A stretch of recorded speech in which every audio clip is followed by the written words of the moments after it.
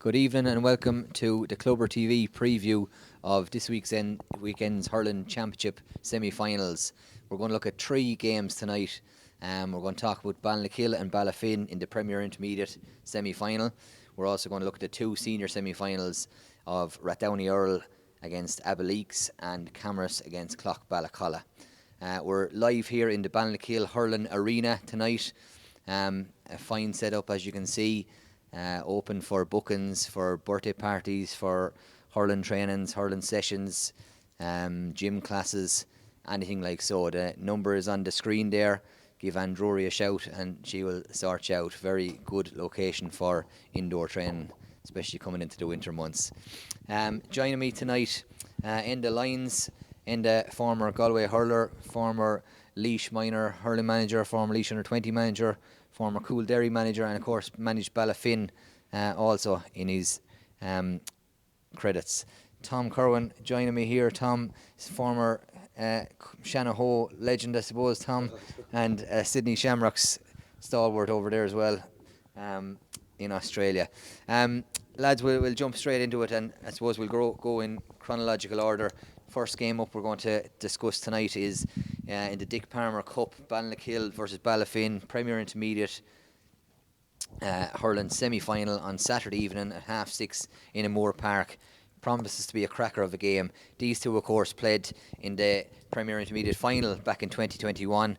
Enda, you were manager that day. Ballinakill came out on top on a scoreline of 2-14 to 1-14. Very close game that day. It was not in between them all year. Actually, I think Ballyfin bet them in the first round, if my memory is correct. Correct, yeah. So you're right. There were actually 2 great games of hurling, and it was actually Davy Connolly got the winner in the last minute, and we won the one in the round robin. Brilliant game of hurling, and kind of felt that if form stuck that we might meet again, and sure we did. And to credit to Ballinakill, they beat us by the goal in the county final. It could have gone either way, but I thought it could have gone either way because the bounce of the ball, I think Ballinakill got it, but they nailed the goals when they needed to. Great game of hurling, and we wouldn't begrudge Ballinakill on the day. It was a good game of hurling, and they got the bounce, and so be it. The teams have changed slightly since then, but as you asked the question about then, I 2 good hurling teams going at it, and I think we're going to be looking at the same again. I think the 2 teams are well matched, as was proven that time. Of course, there's changes in personnel, but not a whole pile either. So I expect a humdinger actually this weekend as well. Definitely so. And you talked about the teams kind of changed a bit. Ballinakill, they would have had Chad O'Ware that day. They would have had Sean Downey. Missing them, obviously. We were looking around this evening to see could we see Chad. There's fierce rumours going around the county that he's been hid away somewhere in yeah, well, I'll tell you, I drove in this evening. I was a few minutes early, and I actually drove in around the town. I said, I hardly see you now, but I actually drove around the town. I said, be gas now I saw Chad.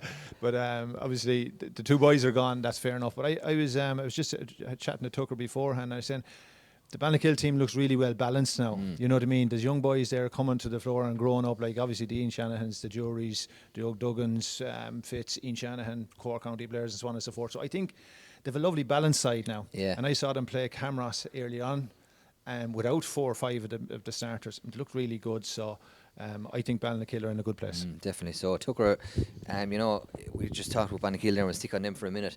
They're putting up some serious scores this year and serious firepower. 10-73 is what they've scored in the 4 matches so far. Just talk a bit about that firepower up front without Chad O'Ware.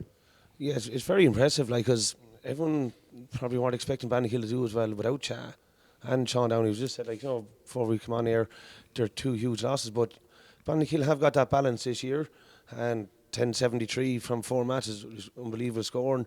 Just looking at the team there they had last day, they're very balanced, and they're strong up front. Eddie Dwyer, great club hurler. Seamus Fitz, county. So they have Colin Shaughnessy, Paul Sims. Them boys are on fire now, in fairness. So, no, all credit to Ballinakill. It's easy to drop their heads and look for excuses, losing 2 county men. But no, they've ground down, got back, big scores up, and it should be a cracker of a match between themselves and Ballyfin. So it should be. Definitely so. Come back to you, Enda, just for a bit of a chat about Ballyfin. And if you look at their 3 games, the first game, Betsleaf Bloom won 18 to 12 points, went on then to beat Clough Ballacolla 18 points to 9, and then beat Clonaslee St. Manamans in the last game, which is probably the most impressive one, 18 points to 113. So scoring wise, they're hitting kind of 18 points to 118 per game. but defence has been mean this year. 134 is all they conceded in 3 games, and to concede 1 goal in 3 games, it's fairly impressive. Yeah, I think you're hitting the nail on the head from a Ballyfin point of view. So we kind of look at Ballyfin, and we were chatting, I was talking to Jimmy Walsh there before, and we were talking about these 2 teams. And we kind of both agreed that Ballinakill are sweet hurlers, but Ballyfin have something about them. They are dogged. And if you look at this back 6 now, I was actually talking to John McHugh last night, and he said he reckons these back 6 we have now are the best we've ever had. But you could argue that kind of toss. Yeah. So if you look at it a little bit more closely, you have Sean O'Neill, who's come back hurling this year. The Ballyfin Sean O'Neill, we have 2 Sean O'Neills, and we have Sean O'Neill from the Rock, who's the footballer, or fierce athletic young lad. So he's a great man marker. So we've Sean O'Neill, and Max one of the Conleys will be full, and Alan Connolly will be 6. Now I rate this guy really high. He had played county, but then he's actually studying actuary at DCU, so he's under a lot of academic pressure. But he's a clever player. He's a clever boy, but definitely. He's a really good 6. And I like him. And then a little bit of flair on the outside, James Finn on one side, and then the choice on the other side. They're playing Dara Connolly at 7. And we've always used him as a midfielder and a scoring forward, but he clears an amount of ball. He just is one of those players, when you be watching, we were watching a couple of young lads here tonight playing, and there's always one lad that knows how to get the ball better than everybody else. And Derek Connolly is that from a Ballyfin perspective. So a back 6 that we'd be very, very happy with, and if, as you say, have been mean in defence, and that's why from a scoring point of view, I think we could do a lot better, but the reality it is they're winning games simply because they're a dogged 6 and athletic 6, and that's it's keeping them in the games.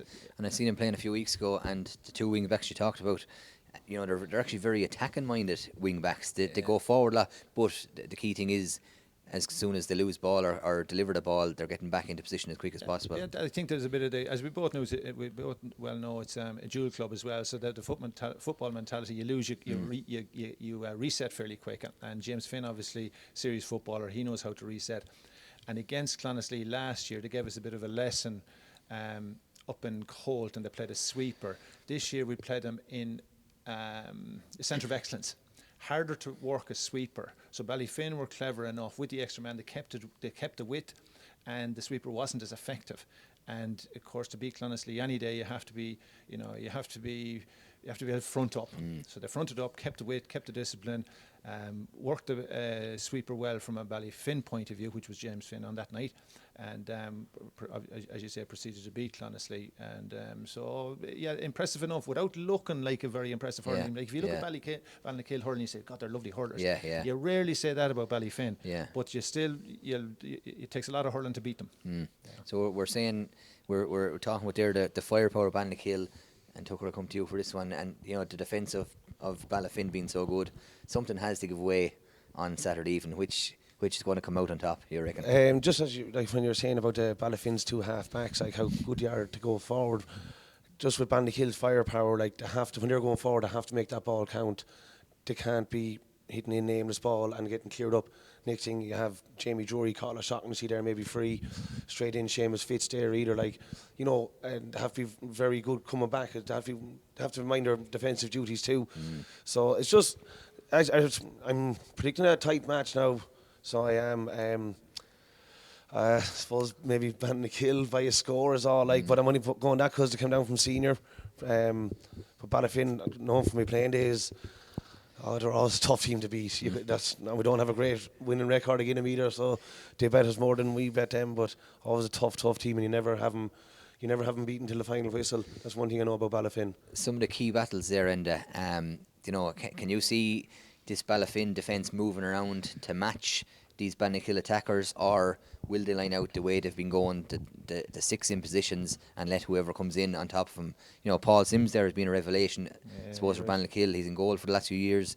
They brought him outfield this year, and he's one of the top scorers for Ballinakill this year. Yeah, I think that's a good question, but I do think they're quite traditional. Like Paul Cuddy now managing Ballyfin, he's quite traditional, you know what I mean. And whoever comes in on top of Max, he'll generally leave them. Now, what they will probably do is they'll say which Sean O'Neill picks up Paul Sims. Like I saw Paul Sims that evening against Camross, and he was lightning. He's very, very tricky, highly skilled player. Obviously, they're a serious hurler.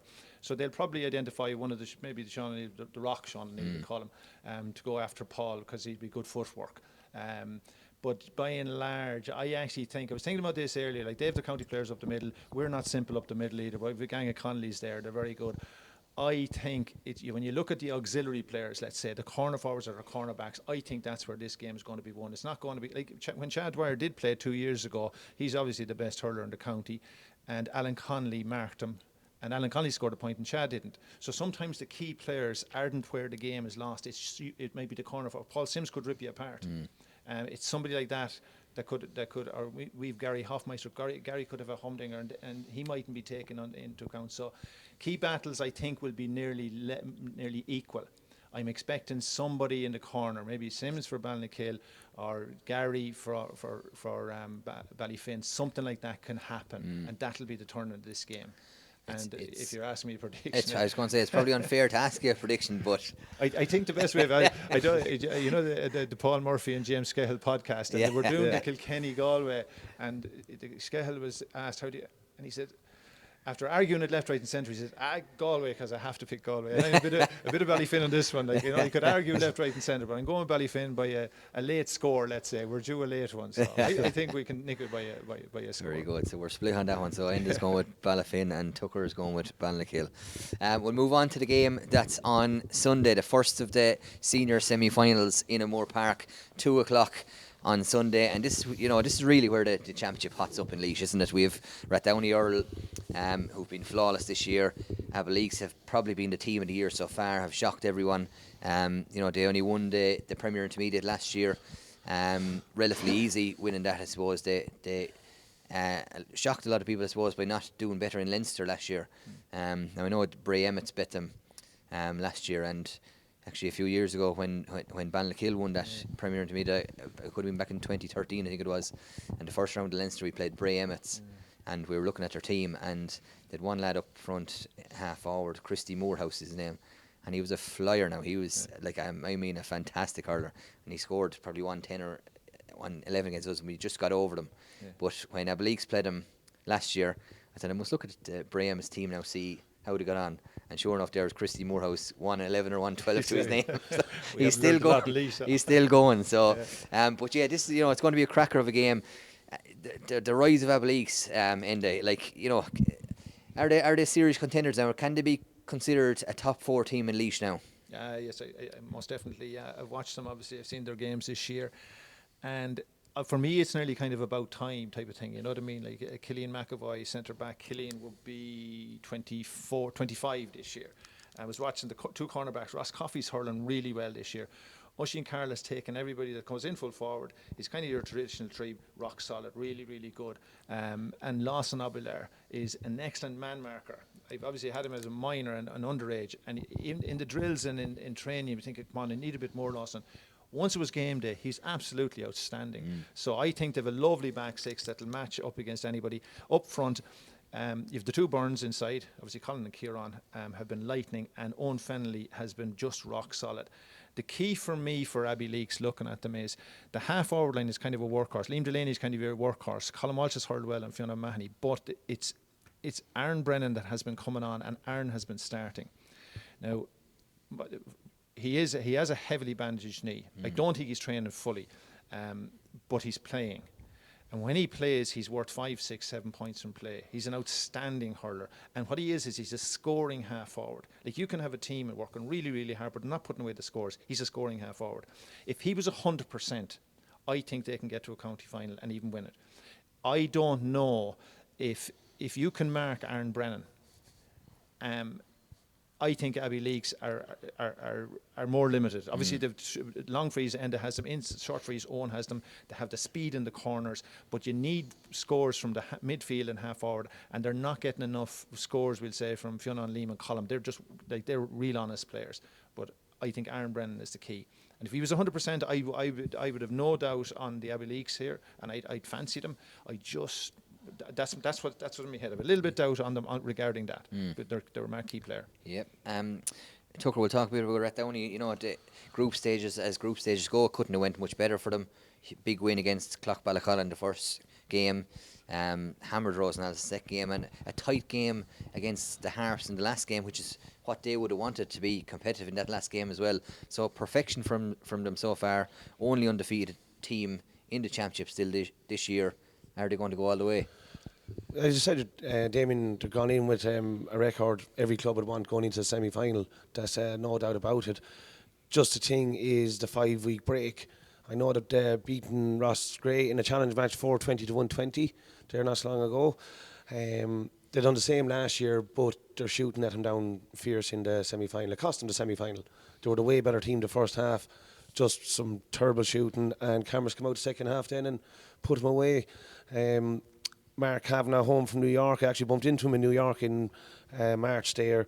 You know, he's ripping to get back at it. They felt they left themselves down. He missed a free at the end. He mishit it now, to be fair to the man, like, but they want another go. They know how to win the semi-final. That's this thing. Even though it's 2019 since the last one, they know how to get to it. I think that's where Abbeyleix might get caught. This is their first year in the semi-final in a long time, where Rathdowney Errill have the experience. So they do. But yeah, they have the experience. But you know, last year they did the very same thing, topped the group 3 out of 3, and then met Camross in the semi-final. And not being cruel to Camross, but I don't think Camross were going as well last year as they are this year. And you know, they fell at that hurdle. Do you think they've learned from that last year? Well, if you don't learn from your mistakes, you'll never progress, I suppose, and that is. They have to learn from it. Like, they knew that's what cost them the game. They were well in it. They were as physical or as strong as Camross. You know, that wasn't an issue. It was just their shooting let them down that day. And as you said, yeah, Camross weren't as good as they are this year. I think they have learned from it, so they have, and I do genuinely think there won't be much in it. And I just think the experience and knowing how to win will get them over the line. Okay. And I'll just come back to you on Abbeyleix. You know, we talked about their year so far. First round, big win over Borris-Kilcotton, shocked a lot of people around the county. Second round, they ran Camross, and I think, you know, other than the Camross, the loss has been the closest to Camross. Big win over Castletown in round 3, which again surprised a lot of people. And a huge win in the quarter-final against Rosenellis, which again shocked a lot of people around the county. You know, so you'd have to say a good year so far this year for Abbeyleix.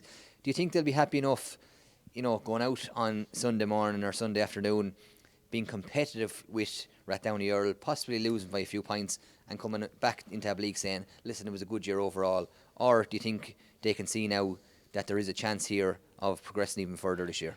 I suppose if you see some of the results this year and see some of the performance and see maybe the top 4 are getting closer, and they will believe that they are, and they'll believe that they are the best of the next batch moving in, and they are cocky enough and there's great confidence in them. I was talking to Owen Riley when he was home and ended just actually before the Mountmelly game when we were on the pitch, and there was a nice confidence about them, and they are a very good hurling team, and they won't be happy. They'll want to get to a county final. I think if they get to a county final and performance, then they might take what's on the day, and if they win it, great, and if they don't, they'll take it. But they don't want to be beaten in the semi-final. I don't think they'll see that as progression. I think they are a good side. And as you say, they dished out a nice hammer to a good Rosenellis side. You know what I mean? So they look to have listen, they've been asked a couple of questions this year. They've answered most of them. A little bit, the Camross game didn't go probably according to plan. Camross were cute enough. They kept their back 6 tight, and they didn't give the yardage to the Burns inside. And when they didn't have the space inside, that nullified quite a bit. Now Enda kept them in the game and so on and so forth, but I felt that Abbeyleix had to do a lot more hurling for their scores than Camross, and whether we see a carbon copy this weekend, I'm not too sure. But to answer your question, Abbeyleix won't be happy with just a performance. I think there's a nice air of confidence about them, and I think they'll be looking to get to a county final. Yeah. Just sticking on Abbeyleix there, Tucker, obviously we talked about their forwards, and especially their inside forwards, the 2 Burns in there.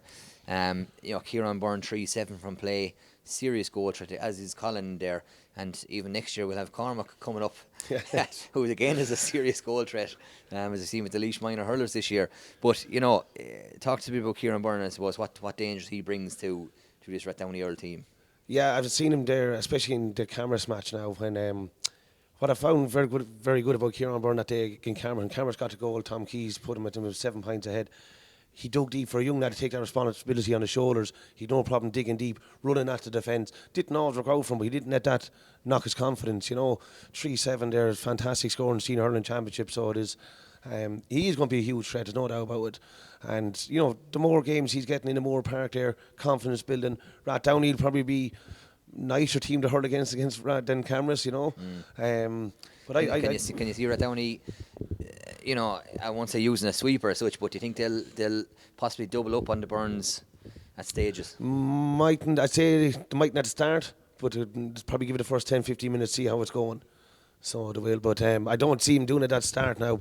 But maybe see how the game progresses. Might 10-15 minutes in, the two Byrne brothers causing a lot of havoc, shore it up straight away. Like Rathdowney, I suppose, Ross King, the last few years has been suffering with injuries and hasn't been really at his best. This year he looks to be kind of regaining some of that best form of his. How tricky is he going to be for Abbeyleix? Yeah, he's a marquee player and a brilliant hurler, and I love going into O'Moore Park to watch him. You know what I mean? He has that X factor. He was obviously a brilliant soccer player when he was younger. He has the feet, he has the footwork. He's left and right. He's a great hand. He's brilliant to come to a low ball and make it stick, which is what corner forward or forward play is about. The ball coming, he doesn't need two bites at it. So he has all the skill sets. He has scored marquee scores for them. He's a brilliant free taker. He has it all, and he's a fierce, nice lad. Just to throw it in the top of it all. You know, he's a shocking nice lad. He is key to them. I would say looking at Rathdowney, Errill, and Abbeyleix, I think, and actually the way we were just referring to the way the Camross hurled against Abbeyleix, I think Rathdowney, Errill will keep the back six fairly tight. So you won't see a gap between the Rathdowney half back line and the full back line. Fonzie and Worker and Dylan, whoever's left half back, they won't, when they turn, they won't be a million miles away from the full back line. I think that's the way they'll look, that's the way they'll marshal the two Burns. The midfielders then, looking at this game, I think Jack Kelly could be the X factor.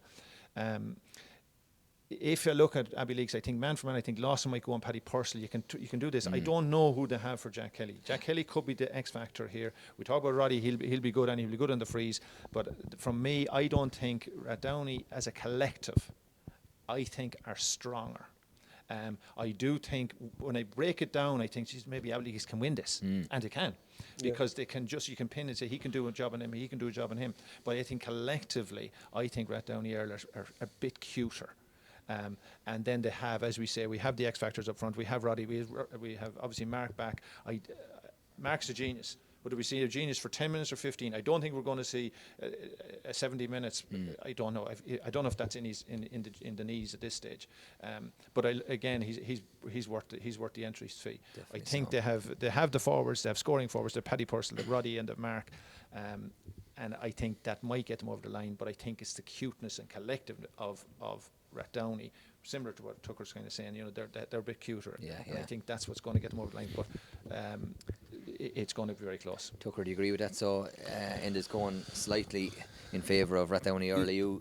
Yeah, I'm going to go say, I'm talking about 2-3 point win for Rathdowney. It's all very, and that's only maybe getting them scores the last 2-3 minutes to pull away. You know, that's all. Very impressed with Abbeyleix, and he spoke right-handed there. They will be. They want a semi-final, they want a final, they weren't as happy, we're safe this year, you know, and they won the Premier Intermediate. The main objective this year was staying up. No, they want to progress to the final. And there's a huge opportunity for Abbeyleix to break into that top four with Bursley Cotton relegated. It's a huge opportunity for them this year, but I just think Rathdowney Errill has the experience, has the cuteness, as you said yourself, Anna, to just get it over the line. I suppose just the last thing to talk about that game, Patrick Phelan is down to referee it, and I suppose it's great to see Patrick Phelan in reffing it. You know, a great referee, in fairness to him.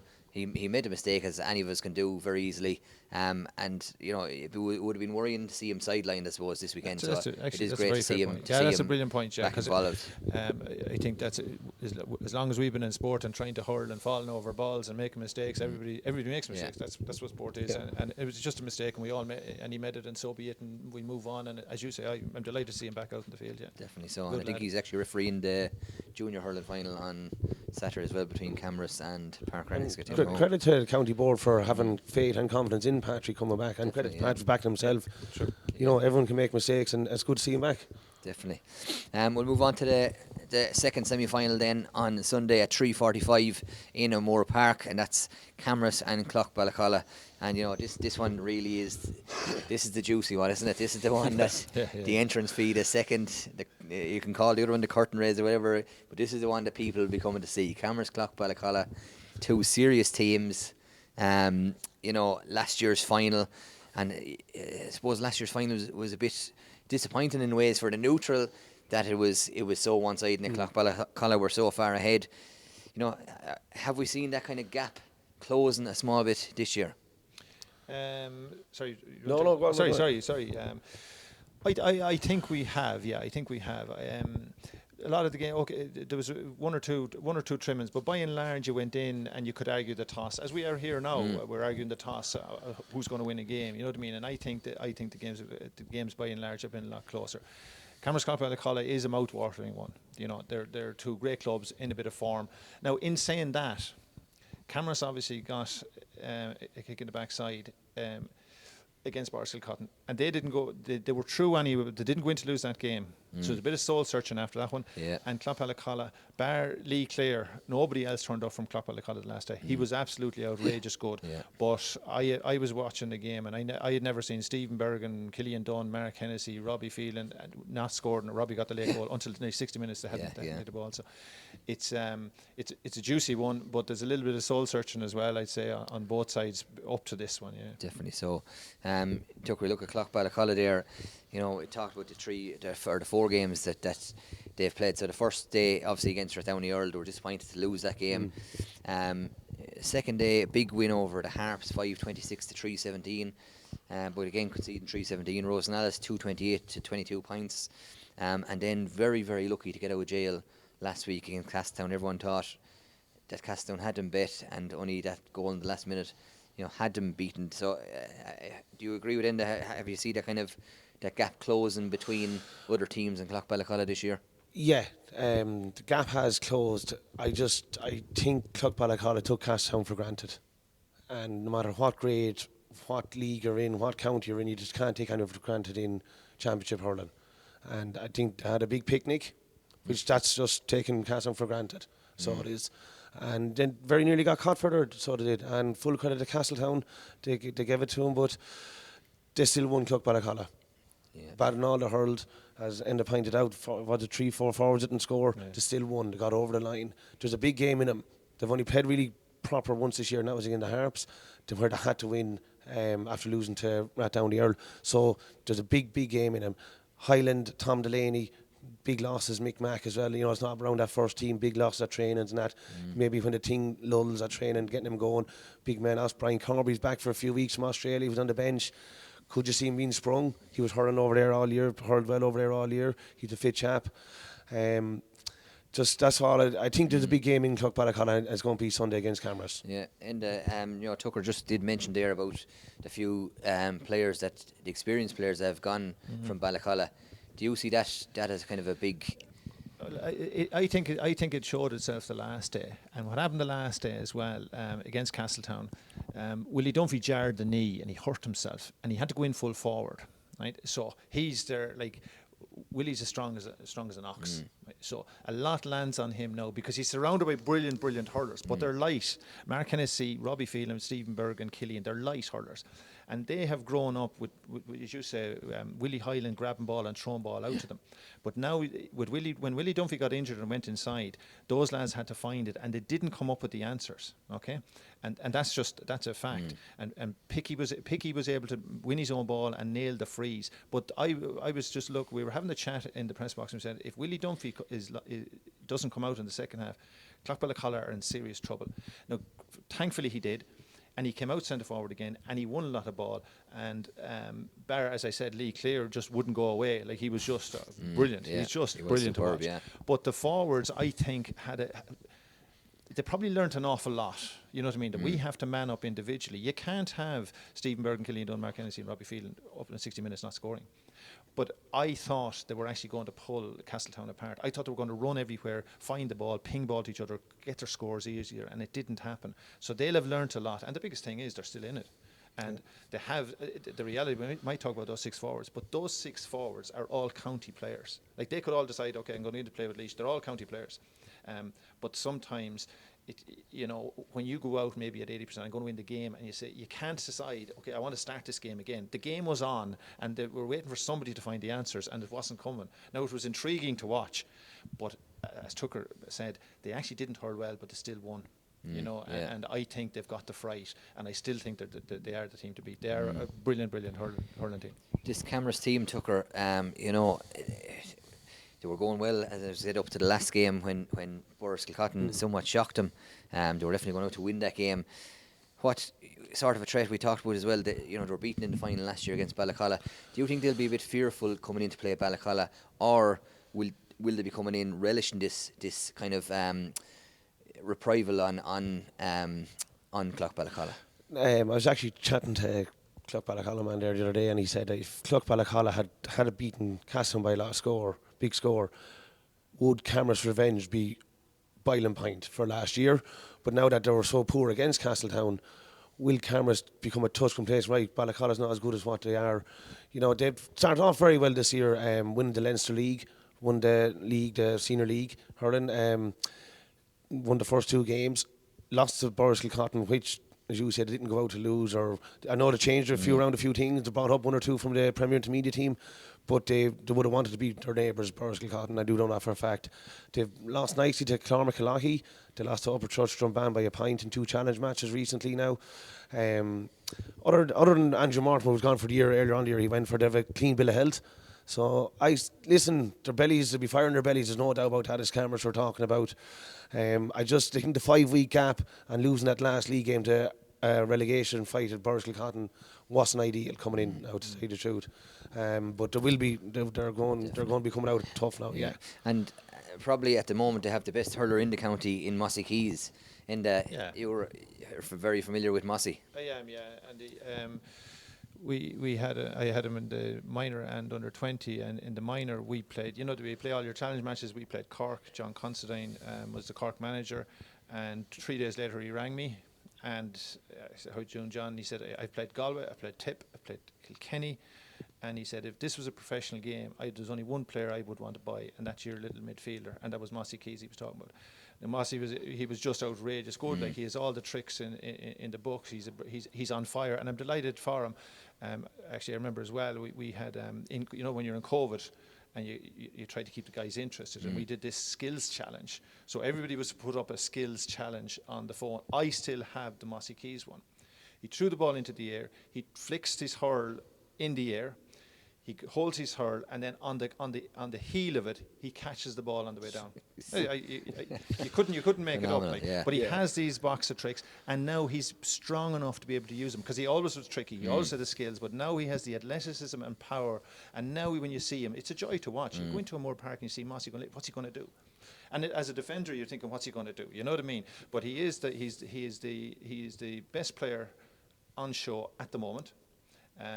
He works very hard at his game. He's been working very, very hard in the gym in Camross for the last couple of years, and we're seeing the fruits of that. And he is, and I'm delighted for him, because he's a great kid as well.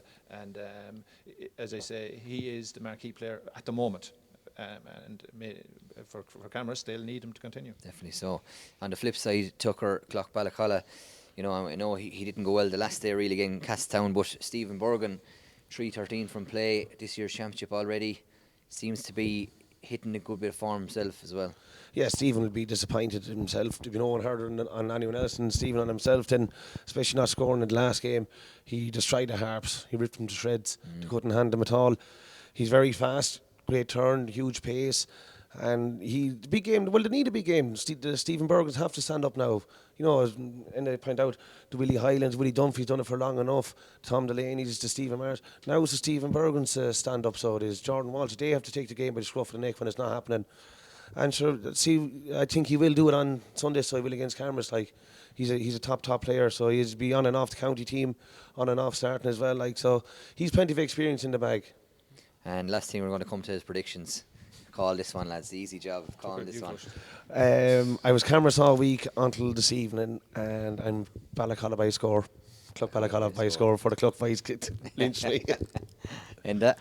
Yeah, stone me line, Tucker. I was Camross all week until we landed, and for no other, there's no good reason other than as the week goes by in hurling, you say yes, and you're chatting to people and you're talking. That's all we do. We talk hurling morning, noon, and night, and we had a phone call last night and another piece of information or this, that, and the other, and I said just maybe Clough Ballacolla. So with not a lot of confidence, Clough Ballacolla. Going for Clough Ballacolla. Okay, very good. Thanks for joining in to us tonight. Remember, all games are live this weekend on Clubber TV. Ballinakill and Ballyfin on Saturday evening at 6:30, and then the 2 semi-finals on Sunday. We have Rathdowney Errill and Abbeyleix at 2 o'clock, and Camross and Clough Ballacolla at 3:45. Join us then for will hopefully be 3 mouth-watering games on Clubber TV this weekend. Good night. Thanks, lads. Thank you. Thank you.